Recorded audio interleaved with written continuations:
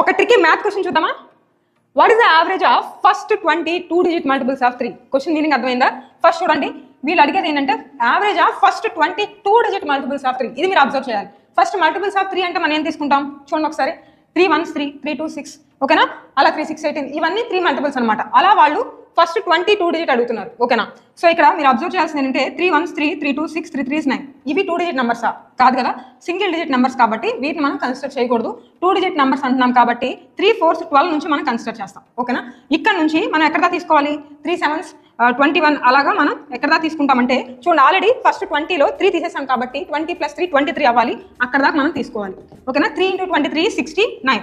ఈ మధ్యలో కూడా ఫైండ్ అవుట్ చేయాలి, ఎందుకంటే యావరేజ్ అని అడుగుతున్నారు కాబట్టి. బట్ మనం అదంతా చేయాల్సిన నెసిటీ లేదు.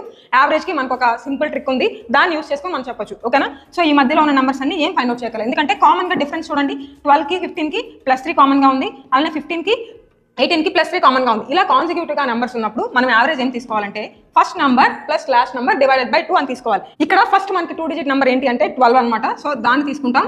And last number is 69. So 12 + 69 divided by 2. So 12 + 69 is 81. 81 by 2 is simply 40.5.